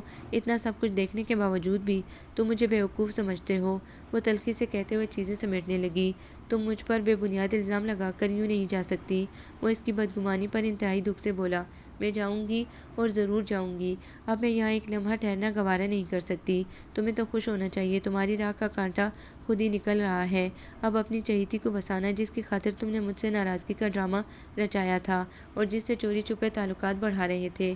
وہ غصے سے اس کا ہاتھ جھٹک کر بولی، شٹ اپ۔ اس کا زناٹے دار تھپڑ اسے چند لمحے ساکت کر گیا۔ وہ چند لمحے بے یقینی، دکھ اور صدمے کی کیفیت میں اسے دیکھتی رہ گئی، پھر بیگ اٹھا کر کمرے سے نکل گئی۔ کمرے سے نکلتے ہوئے آذر کے الفاظ، ایک بات کان کھول کر سن لو شبانہ بیگم، تم محض اپنے بے بنیاد شک کی بنا پر خود یہاں سے جا رہی ہو، اس لیے واپس بھی تمہیں خود ہی آنا ہوگا۔ اس کے دل میں تیر کی طرح پیوست ہو گئے تھے، اس کی آنکھوں سے آنسو بہہ رہے تھے۔ آذر کی بے وفائی نے اسے بری طرح توڑ دیا تھا۔ اس نے بہتے آنسوؤں کو سختی سے آنکھوں میں ہی مسلا اور قریب آتے رکشہ ڈرائیور کو ایڈریس سمجھا کر بیٹھ گئی۔ اماں ابا کو کتنا دکھ ہوگا جب انہیں یہ معلوم ہوگا کہ میں گھر چھوڑ کر آئی ہوں۔ بھابھی کتنی باتیں بنائیں گی۔ سب خاندان والے ہمدردی جتانے کی آڑ میں اماں ابا پر طنز کرنے گھر آئیں گے، محلے والے باتیں بنائیں گے۔ مختلف قسم کے مسائل ذہن میں چکرانے لگے اور گھر چھوڑنے کا پچھتاوا نئے سرے سے اسے پریشان کرنے لگا۔ جب وہ گھر میں داخل ہوئی تو خلاف معمول گھر میں بہت خاموشی تھی۔ نہ بچوں کی چیخ و پکار، نہ بھابھی کے ڈانٹنے کی آوازیں آ رہی تھیں۔ وہ ہول کر اماں ابا کے مشترکہ کمرے کی طرف بڑھ گئی۔ میں نے ہارون بڑا بھائی کو منع بھی کیا تھا کہ تمہیں اطلاع نہ دے، بلا وجہ میں تم پریشان ہوگی۔ اسے دیکھتے ہی اماں شروع ہو گئی، کیا مطلب؟ وہ جو اپنی پریشانی سمیٹے اپنے پیاروں کے پاس اپنا بوجھ ہلکا کرنے آئی تھی، ان کی پریشانی کا سن کر ہول اٹھی۔ کل سے تمہارے ابا کی کچھ طبیعت ناساز تھی، آج اللہ کے فضل سے کچھ بہتر ہیں۔ وہ تھکے تھکے لہجے میں بولی، کیا ہوا ابا؟ وہ بری طرح پریشان ہوتی اور ان کا ہاتھ اپنے ہاتھ میں تھام لیا۔ کچھ نہیں ہوا، بس وہی دل کا درد تھا، معمولی سا ہوا تھا، یہ سب پریشان ہو گئی۔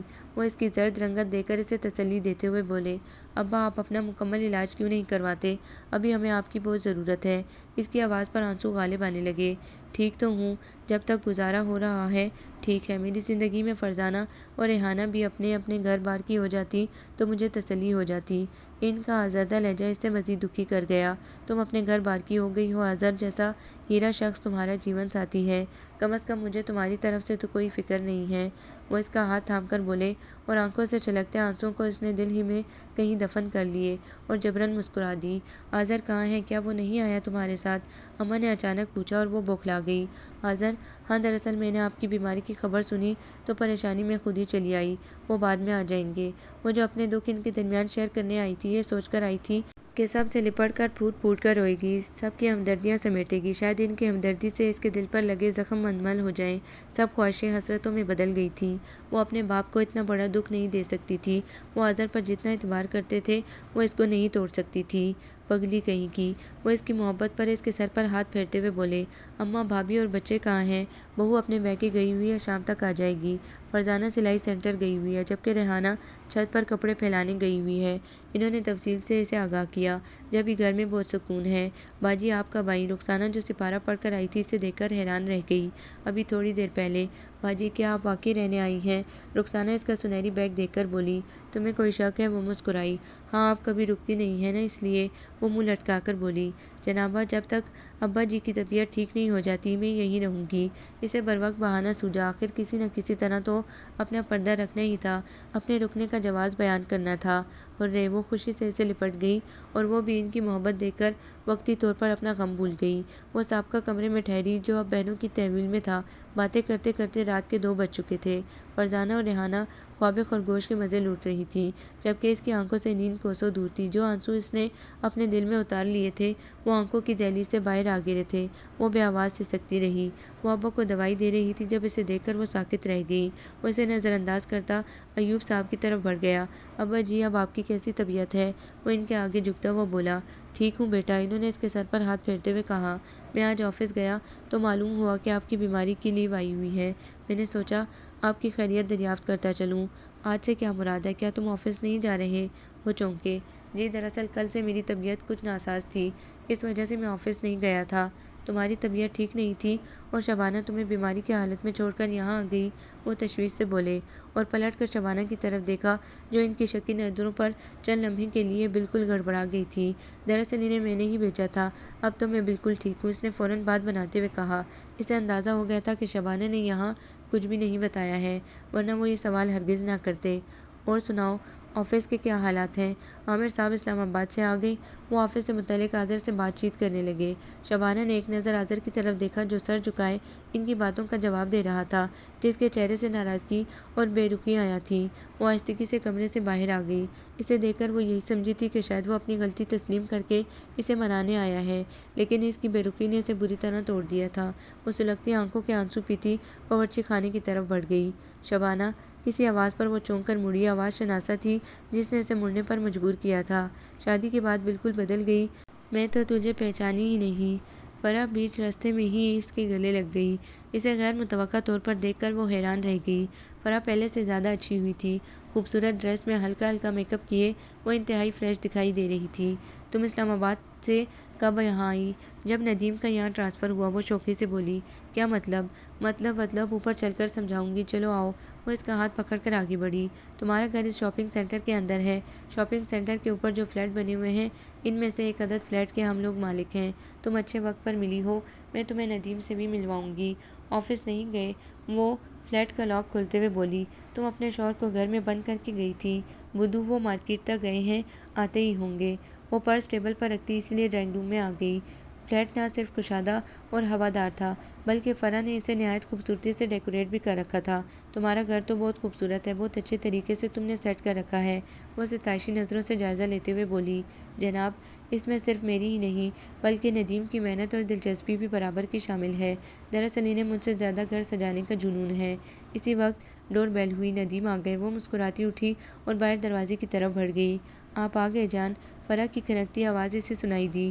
لا حول ولا توبہ ہے اس فرح سے، تھوڑی سی بھی شرم نہیں ہے، گھر میں بھی موجود ہوں پھر بھی جان پان، اس نے خفت سے سوچا۔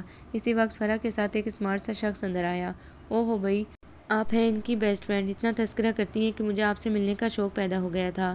فرح کی طرح اس کا شوہر بھی انتہائی باتونی ہونے کے علاوہ خوش اخلاق لگ رہا تھا۔ اچھا، کیا فرح ہر وقت میرا ہی تذکرہ کرتی رہتی تھیں؟ ہاں، یہ اپنے کالج کے واقعات بڑے مفصل انداز میں مجھے سنایا کرتی تھی اور وہ واقعات آپ کے ذکر سے بھرے ہوتے تھے۔ فری بھائی، اپنی دوست کے لیے ٹھنڈا لے کر آؤ، دیکھو تو کتنی گرمی ہے، وہ شہداگی لہجے میں بولا اور وہ مسکراتی کچن کی طرف بڑھ گئی۔ ہائے، حسرت ہی رہی، کبھی وہ بھی ہمیں اتنے ہی پیار سے پکارتے۔ اس کا دل افسردگیوں میں ڈوب گیا۔ اسے آج پہلی بار احساس ہوا تھا کہ اگر شوہر پیار بھرے لہجے میں پکارے تو بیوی کا کتنا خون بڑھ جاتا ہے۔ فرح نے اسے اور ندیم کو کولڈ ڈرنک کا گلاس تھمایا۔ اسی وقت ایک 4 سالہ خوبصورت بچہ اسکول یونیفارم میں ملبوس اندر آیا اور ندیم کی گود میں چڑھ گیا۔ بیٹا، آپ نے اپنی آنٹی کو سلام نہیں کیا؟ ندیم نے جھک کر اس سے سرگوشی کی اور اس نے چیمتے ہوئے اپنا چھوٹا سا ہاتھ اس کی طرف بڑھا دیا، جسے شبانہ نے مسرت سے تھام لیا۔ چلو نومی، میں تمہارا ڈریس چینج کروا دوں، وہ بچے کو گود میں بڑھتے ہوئے بولی۔ شبانہ، تم میرے ساتھ آؤ، اور ندیم پلیز آپ ذرا سالن چیک کر لیں، کہیں وہ نیچے سے جل نہ جائے۔ جو حکم سرکار کا، اس نے ماتھے پر تیوریاں ڈالے بغیر مسکرا کر کہا۔ اور سناؤ، تمہاری ازدواجی زندگی کیسے گزر رہی ہے؟ شوہر صاحب کیسے ہیں؟ فرح نے پوچھا۔ بس ٹھیک ہی گزر رہی ہے۔ اس کی ہستی بستی زندگی دیکھ کر اسے اپنی کم نصیبی کا شدت سے احساس ہوا۔ وہ دوسری بات گول کرتے ہوئے بولی، تم سناؤ، خوش تو ہو؟ ایسی ویسی۔ ندیم اتنے اچھے اور آئیڈیل شوہر ہیں، میری تو دعا ہے ہر لڑکی کو ان جیسا شوہر ملے۔ اس کی خوشی اس کے چہرے اور چمکتی آنکھوں سے ظاہر ہو رہی تھی۔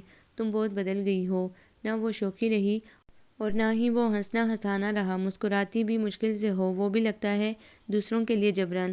تم بہت باریک بینی سے جائزہ لیتی رہی ہو، اب میں سمجھی، تم اتنی دیر سے مجھے مسلسل گھورنے میں کیوں مصروف ہو؟ شبانہ نے مسکرا کر کہا۔ بات کو ٹالنے کی کوشش مت کرو، کیا اب تم مجھ سے بھی اپنے دکھ شیئر نہیں کرو گی؟ فرح کی بات پر وہ ہونٹ کاٹ کر رہ گئی۔ بتاؤں گی سب کچھ، لیکن اس وقت نہیں، کیونکہ تم سے ملنے کی خوشی کو میں اپنے دکھوں میں ضائع نہیں کرنا چاہتی۔ پھر کب بتاؤ گی؟ مجھے بے چینی رہے گی، وہ اس کا ہاتھ تھام کر بولی، دوسری ملاقات پر کہیں تسلی سے بیٹھ کر۔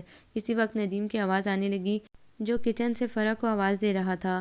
جائیے آپ کے، وہ بلا رہے ہیں، شبانہ نے فریش لہجے میں کہا، اور وہ مسکراتی کچن کی طرف بڑھ گئی۔ باجی، دولہا بھائی آئے تھے، فرزانہ نے اس اطلاع پہنچائی۔ کب؟ کس وقت؟ وہ فرح کے گھر سے آ کر بیٹھی تھی کہ اس کی اطلاع پر چونک کر اٹھ بیٹھی۔ آپ کے جانے کے تھوڑی دیر بعد آئے تھے، اور آپ کے آنے سے تھوڑی دیر پہلے گئے ہیں، فرزانہ نے شوخی سے کہا۔ کچھ کہہ رہے تھے؟ شبانہ نے دھڑکتے دل سے پوچھا۔ نہیں تو وہ سیدھے ابا جی کے پاس گئے تھے اور پھر وہیں سے چلے گئے تھے۔ اچھا، اس کے دو حرفی لفظ میں اتنی مایوسی اور شکستگی تھی کہ فرزانہ چونک کر اس کی صورت دیکھنے لگی۔ کیا اظہر بھائی نے کوئی ضروری بات کہنی تھی؟ ضروری بات؟ ہاں، نہیں کوئی بات نہیں کہنی تھی، وہ گمسم انداز میں بولی۔ باجی، وہ شہلا اختر تھی نا؟ شہلا اختر؟ کون شہلا؟ وہ ابھی تک شعوری طور پر ڈسٹرب تھی۔ ارے وہی شہلا اختر جو آپ کی دوست بھی ہے، سامنے مکان میں رہتی تھی۔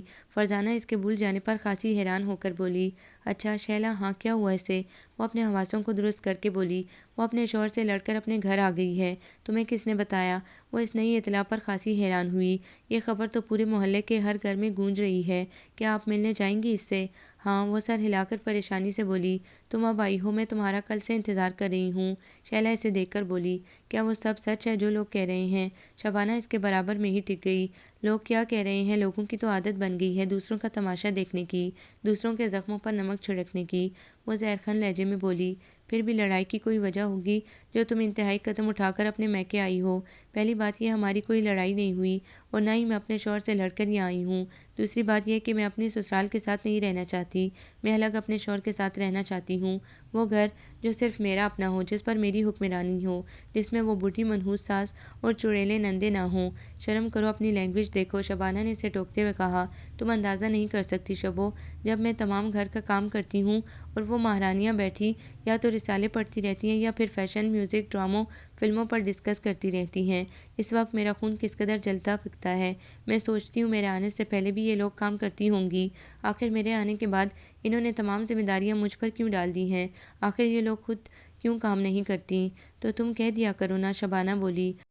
جس انسان کو خود احساس نہ ہو دوسرے کے کہے ہوئے پر وہ کب عمل کرے گا؟ وہ تلخی سے بولی۔ کیا عارف بھائی الگ گھر لینے پر راضی ہو جائیں گے؟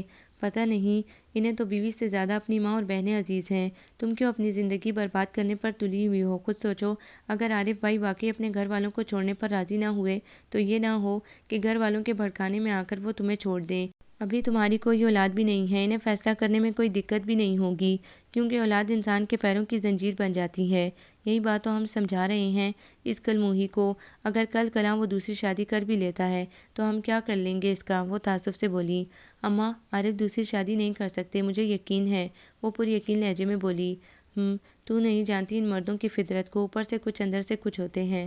اماں ٹھیک کہہ رہی ہے شیلا، اور ویسے بھی ساس نندوں کے جھنجھٹ تو سب لڑکیوں کے ساتھ ہوتے ہیں۔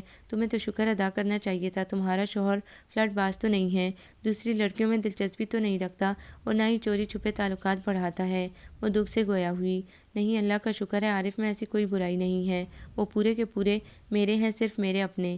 اس کے لہجے میں کتنا اعتبار، کتنا مان تھا اپنے شوہر کے لیے۔ شبانہ اپنی جگہ بے چین ہو کر اٹھ کھڑی ہوئی۔ کہاں جا رہی ہو؟ وہ اسے یوں اٹھتے دیکھ کر حیران ہوئی۔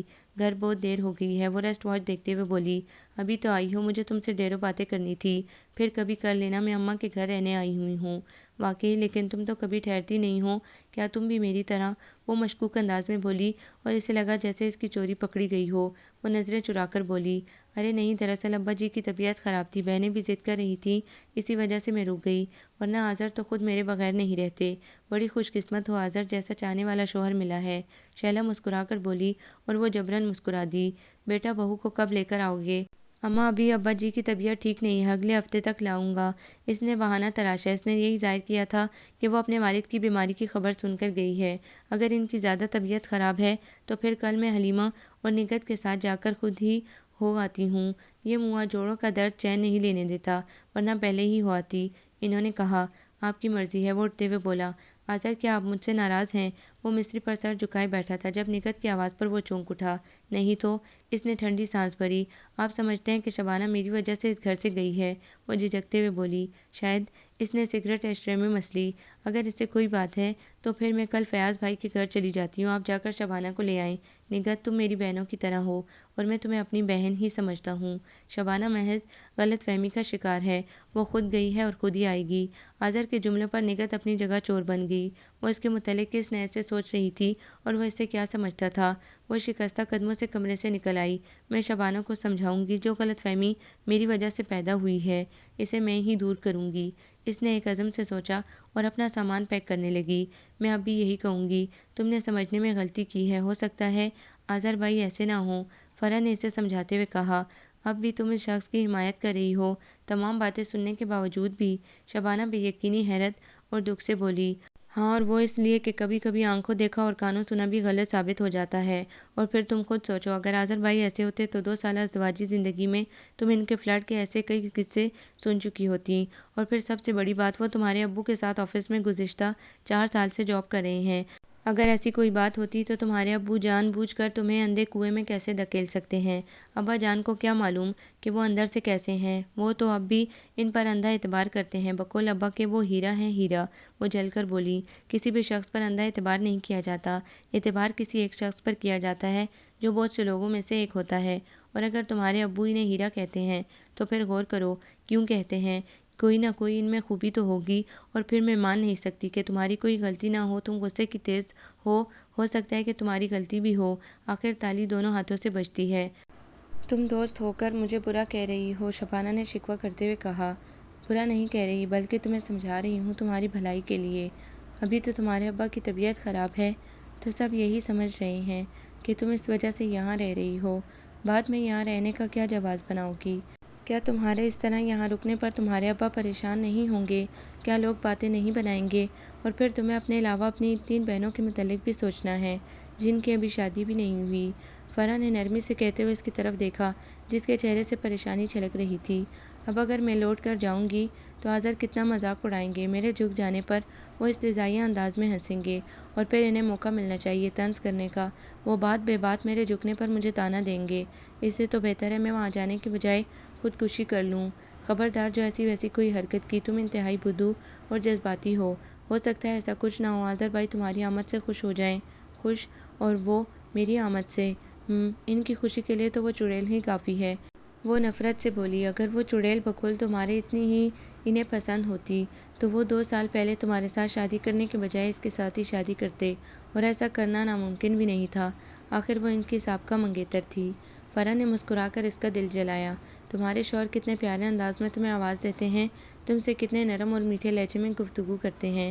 ایک وہ ہیں میٹھے لہجے کی تو توقع دور کی بات، وہ تو کبھی نرم لہجے میں بھی بولنا گوارا نہیں کرتے۔ بہت سے مرد ایسے ہوتے ہیں جو ریزرو قسم کی شخصیت کے مالک ہوتے ہیں، لیکن اکثر دیکھا گیا ہے کہ ان کی بیوی اگر باتونی اور خوش اخلاق ٹائپ کی ہو تو وہ اپنی بیویوں کے ہی رنگ میں رنگ جاتے ہیں، ہو سکتا ہے اگر وہ سخت لہجے میں بولتے ہوں تو تم ان سے زیادہ سخت لہجے میں گفتگو کرتی ہو۔ تو اور کیا، ان کے اتنے سخت جملے اور کھدرا لہجہ سن کر بھی بتیسی کی نمائش کروں؟ امپاسبل۔ وہ میز پر ہاتھ مار کر جوش سے بولی، یہ ریسٹورانٹ ہے، ذرا تسلی سے۔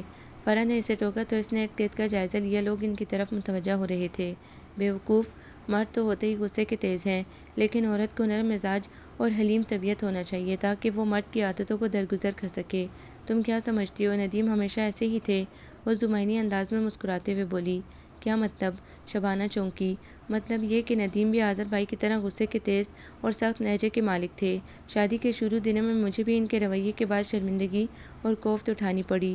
میں بھی شاید تمہارے راستے پر چلتے ہوئے ترکی بترکی انہیں جواب دینے لگ جاتی، یا پھر تنگ آ کر اپنے میکے بیٹھ جاتی اگر مجھے بڑی آپا نے نہیں سمجھایا ہوتا۔ بڑی آپا کے سمجھانے پر اور ان کے مشوروں پر عمل کرتے ہوئے دیکھ لو آج ہم کس قدر خوش اور مگن ہیں۔ اور ندیم بھی پہلے والے ندیم نہیں رہے۔ انہیں دیکھ کر کوئی کہہ نہیں سکتا کہ یہ کبھی غصے کے اتنے تیز اور سخت مزاج ہوا کرتے تھے۔ وہ فخر سے بولی۔ ریلی کیا ایسا ممکن ہے کہ آذر بھی ندیم بھائی کی طرح خوش مزاج ہو جائیں؟ شبانہ نے حیرت سے پوچھا۔ کیوں نہیں، بالکل ایسا ہو سکتا ہے، لیکن اس کے لیے تمہیں اپنے رویے میں لچک پیدا کرنی ہوگی، اپنے غصے پر قابو پانا ہوگا اور اپنے اندر اتنی برداشت پیدا کرنی ہوگی کہ کسی بھی موقع پر تنگ آ کر تم صبر و تحمل کا دامن ہاتھ سے نہیں چھوڑو گی۔ کیا کوئی وظیفہ کرنا ہوگا؟ وہ اس کی شرائط پر الجھ کر بولی۔ بیوقوف، کامیاب ازدواجی زندگی گزارنے کے فارمولے بتا رہی ہوں۔ عورت اگر درگزر کرنا سیکھ لے، اپنی خالی خلی انا کی بجائے شعور سے کام لے، تو کبھی بھی اس کا گھر خراب نہ ہو۔ وہ چڑھ کر بولی۔ پھر بھی یہ شرائط تو انتہائی کٹھن اور دشوار گزار ہیں۔ اپنی انا کو پس پوش ڈال کر جھکنا بہت مشکل کام ہے، اور پھر عورت بھی انسان ہی ہے، وہ ہر وقت ہر مرحلے پر درگزر سے کام نہیں لے سکتی۔ اس کی اپنی بھی فیلنگز ہیں، جذبات ہیں۔ وہ کہاں تک اپنی انا کا خون برداشت کرے گی؟ شبانہ مایوسی سے بولی۔ انا، یہ خالی خلی کی انا کیا دیتی ہے عورت کو سوائے در بدری کے؟ سچ سچ بتاؤ شبانہ، جب ایک عورت طلاق کے بعد اپنے میکے آتی ہے تو کیا ویلیو ہوتی ہے اس کی، چاہے اس طلاق میں اس کا کوئی قصور ہو یا نہ ہو؟ سب گھر والے سے ہی قصوروار سمجھتے ہیں۔ جب تک والدین حیات ہوتے ہیں اس کے سر کا سایہ بنے رہتے ہیں، لیکن والدین کے بعد شادی شدہ بھائی کیا اپنی بہن کا اتنا ہی خیال رکھتے ہیں جتنا کہ والدین؟ فرح کے الفاظ کے ساتھ ہی اس کو اپنی بڑی آپا کی نند یاد آ گئی، جو شوہر کے انتقال کے بعد اپنے میکے آن بیٹھی تھی، کیونکہ سسرال والوں کے نزدیک وہ منحوس تھی جو ان کے بیٹے کو بھری جوانی میں کھا گئی۔ حالانکہ اس میں اس بیچاری کا کوئی قصور نہیں تھا، اور میکے آ کر بھی اسے کوئی سکھ نصیب نہیں ہوا تھا۔ بڑی آپا سمیت اسے تینوں بھابھیوں کی ہزار باتیں سننی پڑتی تھیں، حالانکہ وہ گھر کا تمام کام بھی بغیر چو چرا کیے کرتی تھی۔ بھائی اس کی حمایت میں بول نہیں سکتے تھے کیونکہ تینوں ہی اپنے وائفوں کے کنٹرول میں تھے۔ والدین حیات نہیں تھے جو اس کی حمایت میں زبان کھولتے۔ بیوقوف، عورت کا اصل اور حقیقی گھر اس کے شوہر کا ہی ہوتا ہے، اور اس کا اصل مان فخر اس کا شوہر ہی ہوتا ہے۔ اچھا، اب لیکچر بند کرو اور گھر چلنے کی تیاری کرو، بل پے کرو تاکہ ہم یہاں سے رخصت ہو سکیں۔ شبانہ انتہائی چالاکی سے موضوع بدلتے ہوئے اٹھ کھڑی ہوئی، حالانکہ فرح کی باتوں سے وہ کافی حد تک متاثر ہوئی تھی۔ السلام علیکم اماں اور حلیمہ، تم کیسی ہو؟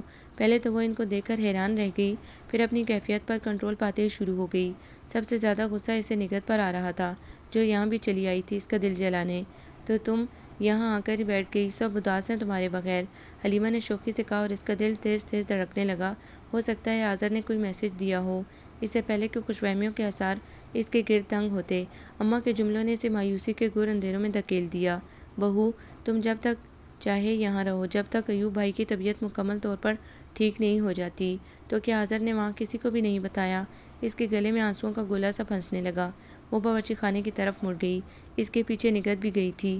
جھک جانے میں بڑائی ہے بیٹا، انہوں نے اس کے ہاتھ میں گلاس تھامتے ہوئے کہا، اور وہ اپنی جگہ ساکت رہ گئی۔ جی ابا، وہ گڑبڑا کر رہ گئی۔ تم کیا سمجھتی ہو کہ مجھے کچھ خبر نہیں؟ تمہارا آذر کے بغیر اچانک آنا۔ انہوں نے اس کا ہاتھ پکڑ کر اسے اپنے ہی قریب بٹھا لیا، اور اس کی آنکھوں کے کنول بھیگنے لگے۔ ابا، وہ آذر، وہ لرزتی آواز میں بولی۔ لڑائی جھگڑے کس گھر میں نہیں ہوتے، اس کا مطلب یہ تو نہیں کہ تم گھر چھوڑ کر آ جاؤ، اب وہی تمہارا اصل گھر ہے۔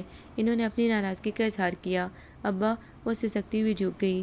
میں نے آذر کو بلوایا ہے، تم گھر جانے کے لیے تیار ہو جاؤ، انہوں نے اس کے آنسوؤں کا نوٹس لیے بغیر سختی سے کہا۔ لیکن ابا، وہ جھجکی۔ کوئی لیکن ویکن نہیں، اگر آذر کی جگہ کوئی اور ہوتا تو شاید مجھے خود تمہیں وہاں چھوڑ کر آنا پڑتا۔ یہ تو آذر کی بڑائی ہے، وہ تمہیں لینے یہاں آ رہا ہے، انہوں نے سخت لہجے میں اسے ٹوکتے ہوئے کہا۔ ابا یہ بات نہیں ہے، بلکہ وہ مجھ سے ناراض ہیں، وہ سسکتے ہوئے بولی۔ میاں بیوی کے درمیان ناراضگی عارضی ہوتی ہے اور پھر تمہاری غلطی ہے، تم تسلیم کر لینا، یقیناً وہ معاف کر دے گا۔ چلو جاؤ اپنا سامان پیک کرو، انہوں نے محبت سے اس کے آنسو پونچھتے ہوئے کہا۔ آذر مجھے معاف کر دے، وہ پشیمانیوں میں گری اس کے سامنے کھڑی تھی۔ جب سے نکہت نے مل کر اس کی غلط فہمی دور کی تھی وہ ندامت میں ڈوب گئی تھی۔ معافی نہیں بلکہ سزا ملے گی، وہ سخت لہجے میں بولا۔ سزا؟ وہ روحانسی ہوئی۔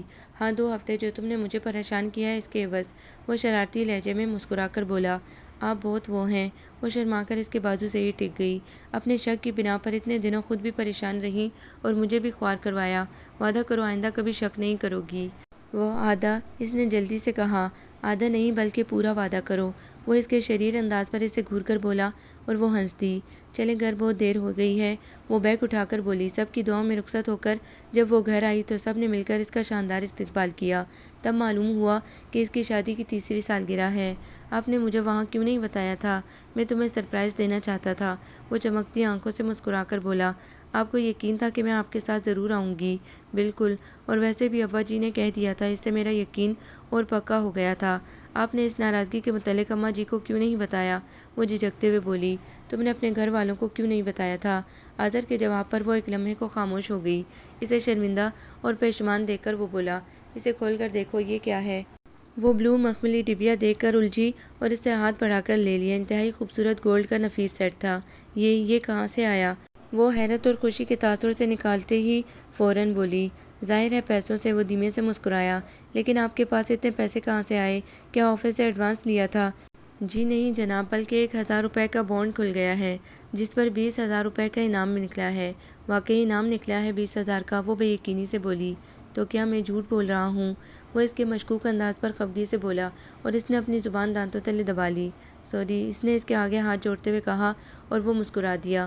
یہ سوچ کر نہیں کہ شبانہ کا دل اس کی طرف سے صاف ہو گیا تھا، بلکہ یہ سوچ کر کہ وہ اپنی نفرت سے ہٹ کر فوراً اپنی غلطی کے اعتراف میں سوری کر رہی تھی، اور یہ خوشائند تبدیلی تھی جسے پہلی ہی نظر میں اس نے نوٹ کر لیا تھا۔ شبو، دیکھو میں تمہارے لیے کیا لایا ہوں۔ انہوں نے گلاب اور موتیا کے گجرے اس کے ہاتھوں میں تھمائے۔ آپ خود ہی پہنا دیجیے نا، وہ شرم سے لال گلنار ہوتے ہوئے بولی۔ جو حکم جناب، انہوں نے محبت سے اس کے ہاتھوں پر گجرے لپیٹتے ہوئے شوخی سے کہا۔ چلو سینما چلتے ہیں، یہ دیکھو 2 ٹکٹ۔ لیکن اماں اکیلی رہ جائیں گی، وہ جھجکتے ہوئے بولی۔ اماں کے پاس حلیمہ اور اس کے بچوں کو چھوڑ جائیں گے، پھر مظہر اور ظفر جو گھر پر ہی ہیں، دیکھو تو ٹکٹیں ضائع ہو جائیں گے، انہوں نے اسے مناتے ہوئے کہا۔ میں تیار ہو کر آتی ہوں، اندر کمرے کی طرف بڑھی۔ تمہیں تیار ہونے کی کیا ضرورت ہے؟ تم تو سراپے حسن ہو۔ تیار تو وہ خواتین ہوتی ہیں جنہیں مصنوعی حسن کی ضرورت ہوتی ہے۔ تم اسی ڈریس میں اچھی لگ رہی ہو، وہ اس کی کلائی تھام کے بے خودی میں بولا اور وہ اسے پیچھے دھکیلتی چادر لینے اندر کمرے کی طرف بڑھ گئی۔ اس کے برابر میں بیٹھا آذر پوری طرح فلم میں مہو تھا، جبکہ وہ سوچ رہی تھی، اگر میری ملاقات فرح سے نہ ہوتی اور میں اس کے گھر نہ گئی ہوتی تو کبھی بھی نہ جان پاتی کہ میاں بیوی کے درمیان اصل محبت کیا چیز ہوتی ہے، گھر کا ماحول کس طرح سے پرسکون اور آئیڈیل بنایا جا سکتا ہے اور لوگوں کے دلوں کو کیسے فتح کیا جاتا ہے، کیونکہ لڑائی جھگڑوں سے صرف گھر کا ہی نہیں، دلی اور ذہنی سکون بھی بری طرح متاثر ہوتا ہے، اور اگر شوہر غصے کا تیز اور بد مزاج ہو تو یہ بیوی کا فرض بنتا ہے کہ وہ اپنے اچھے اخلاق اور رویے سے شوہر کا دل نرم اور مزاج ٹھنڈا کر دے، اور پھر ایک گھر کو چلانے کے لیے مرد سے زیادہ عورت کو ٹھنڈے مزاج اور صبر و تحمل کا مالک ہونا چاہیے، کیونکہ مرد کی بنسبت عورت میں سمجھوتہ کرنے کی زیادہ لچک ہوتی ہے، اور پھر کچھ بھی صحیح، بہرحال عورت ہی ہوتی ہے گھر کی سپر پاور، جس کے بغیر نہ تو گھر صحیح طریقے سے چلایا جا سکتا ہے اور نہ ہی کائنات میں کوئی حسن محسوس ہوتا ہے۔ شبانہ نے ذرا سا رخ موڑ کر فلم میں مہو آذر کی طرف دیکھا اور اس کے بازو سے سر ٹیک کر سرشاری کی کیفیت میں آنکھیں موند لیں۔ اس کے ہونٹوں پر مدھر مسکان بکھری ہوئی تھی اور چہرے پر طمانینت اور دلی خوشی جگنو کی طرح چمک رہی تھی۔ آپ کو یہ ناول کیسا لگا؟ کمنٹس میں اپنی رائے ضرور دیں۔ ہمارے چینل کو لائک کریں، سبسکرائب کریں، شیئر کریں۔